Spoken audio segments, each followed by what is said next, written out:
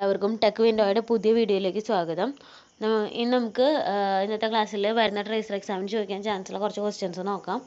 The most accurate method of plane tabling. Plane ടേബിളിലെ most accurate method ഏതാണെന്നാണ് question. Intersection, traversing, radiation, resection. ഇതിൽ ഏത് മെത്തേഡാണ് plane ടേബിളിലെ മോസ്റ്റ് ആക്യുറേറ്റ് മെത്തേഡ്? റേഡിയേഷൻ മെത്തേഡാണ് most accurate method in plane tabling. Radiation മെത്തേഡാണ് plane ടേബിളിംഗിലെ most accurate method. അടുത്ത question, the design centre is. Design centre എന്ന് പറയുന്നത് ഓട്ടോകാഡിലൊരു ഓപ്ഷനാണ് ഡിസൈൻ സെൻറ്റർ എന്ന് പറയുന്നത്. ഓക്കെ, അപ്പോൾ ഡിസൈൻ സെൻറ്റർ എന്ന് പറയുന്നത് a drop down menu, a dialogue, a right click, a palette. ഇതിൽ താഴെ പറയുന്നതിൽ എന്തിനാണ് നമ്മൾ ഡിസൈൻ സെൻറ്റർ എന്ന് പറയുന്നത്? പാലറ്റിനെയാണ് നമ്മൾ ഡിസൈൻ സെൻറ്റർ എന്ന് പറയുന്നത്, പാലറ്റ്. ഓക്കെ, അടുത്ത question, which is the short cut key of line. അപ്പോൾ ഓരോ കമാൻഡിനും, ലൈൻ എന്ന് പറയുന്നൊരു കമാൻഡാണ്, ഓരോ കമാൻഡിനും ഓരോ ഷോർട്ട് കട്ട് കീ ഉണ്ട്. അപ്പോൾ ഇവിടെ ചോദിച്ചിരിക്കുന്നത് ലൈൻ എന്ന കമാൻഡിൻ്റെ ഷോർട്ട് കട്ട് കീ ആണ് LI, LNE, LIN. ഇതിൽ ഏതാണ് ലൈൻ എന്ന കമാൻഡിൻ്റെ ഷോർട്ട് കട്ട് കീ? L എന്ന് പറയുന്നതാണ് ലൈൻ എന്ന കമാൻഡിൻ്റെ ഷോർട്ട് കട്ട് കീ. അപ്പോൾ L സെലക്ട് ചെയ്ത് കഴിഞ്ഞാൽ ഓട്ടോമാറ്റിക്കലി നമ്മുടെ ലൈൻ സെലക്ട് ആവും. L എന്ന് ടൈപ്പ് ചെയ്താൽ മതി. ഓക്കെ, അടുത്ത ക്വസ്റ്റ്യൻ, ടു സ്വിച്ച് ഐസോപ്ലെയിൻസ്. ഐസോപ്ലെയിൻസ് സ്വിച്ച് ചെയ്യാൻ വേണ്ടി ഏത് ഷോർട്ട് കട്ട് കീ ആണ് നമ്മൾ ഉപയോഗിക്കുന്നത്? ഫങ്ഷണൽ കീസിൽ ഏത് കീ ആണ് ടു സ്വിച്ച് ഐസോപ്ലെയിൻസ് സ്വിച്ച് ചെയ്യാൻ വേണ്ടി ഉപയോഗിക്കുന്നത്? F3, F5, F4, F6. അപ്പോൾ ഓരോ ഫങ്ഷണൽ കീക്ക് അതിൻ്റേതായ ഓരോന്നായിട്ട് റിലേറ്റഡ് ആണ്. ഓർത്തോ ആയിട്ടും അതുപോലെ തന്നെ ഓരോ ഗ്രിഡായിട്ട് ഓരോ കമാൻഡുമായിട്ട് റിലേറ്റഡ് ആണ് ഓരോ ഫങ്ഷണൽ കീയും. അപ്പോൾ നമ്മൾ ഇവിടെ ചോദിച്ചിരിക്കുന്നത് ഐസോപ്ലെയിനായിട്ട് റിലേറ്റഡ് ഫങ്ഷണൽ കീ ഏതാണെന്നാണ്. അപ്പോൾ ഓപ്ഷൻ ബി F5 ആണ് ഐസോപ്ലെയിനായിട്ടുള്ള ഓപ്ഷൻ റിലേറ്റഡ് കീ എന്ന് പറയുന്നത്, ഫങ്ഷണൽ കീ.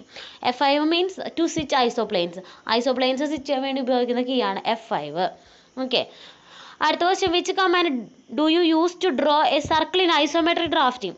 ഐസോമെട്രിക് ഡ്രാഫ്റ്റിംഗിൽ ഒരു സർക്കിൾ വരയ്ക്കാൻ വേണ്ടിയിട്ട് നമ്മൾ ഏത് കമാൻഡാണ് ഉപയോഗിക്കുക? Spline, circle, arc, ellipse.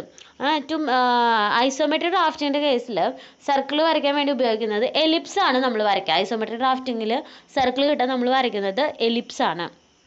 Okay, അടുത്ത question, oblique perspective is used to present. Oblique perspective എന്തിനാണ് റെപ്രസെൻറ്റ് ചെയ്യുന്നത്? Interior details of a building, long and wide building, interior details of a machine, huge and tall building. എന്ത് present ചെയ്യാൻ വേണ്ടിയിട്ട് oblique perspective use ചെയ്യുന്നത്? Huge and tall ബിൽഡിങ്സിനെ represent ചെയ്യാൻ വേണ്ടിയിട്ടാണ്.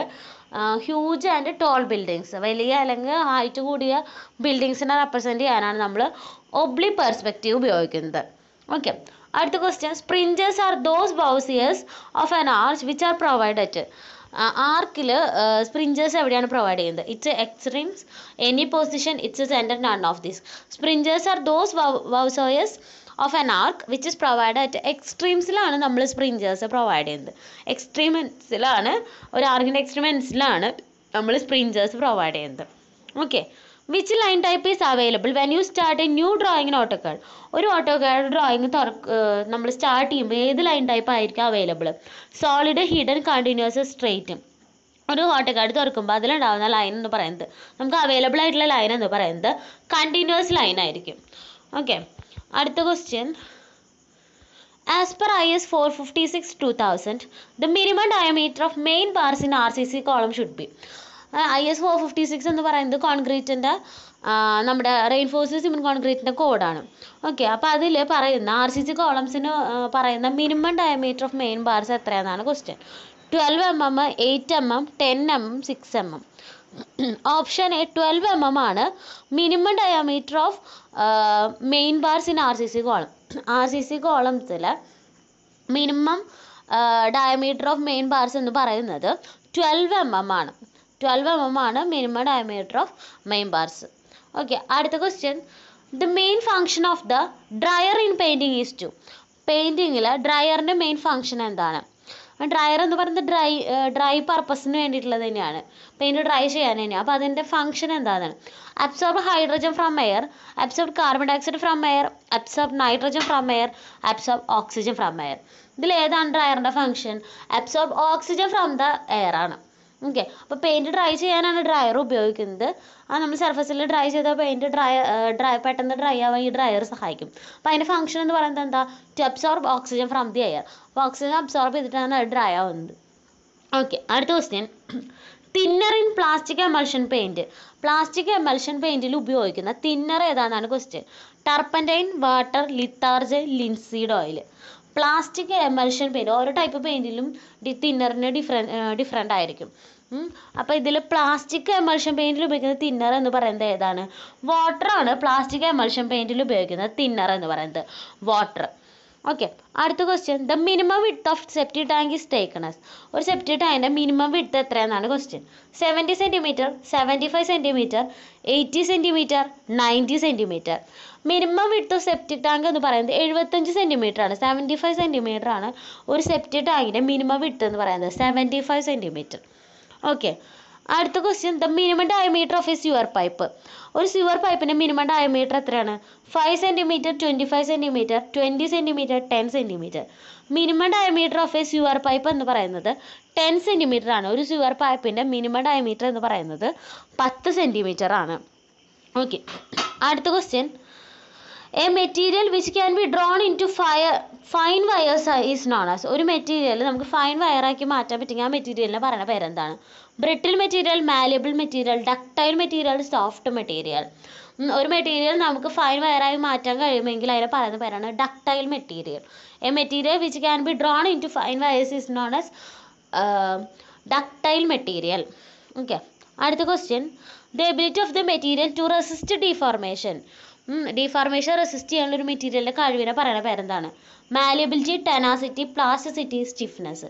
The ability of the material to resist deformation. Deformation resist ചെയ്യാനുള്ള ഒരു മെറ്റീരിയലിൻ്റെ കഴിവിനെ പറയുന്ന പേരാണ് സ്റ്റിഫ്നെസ്.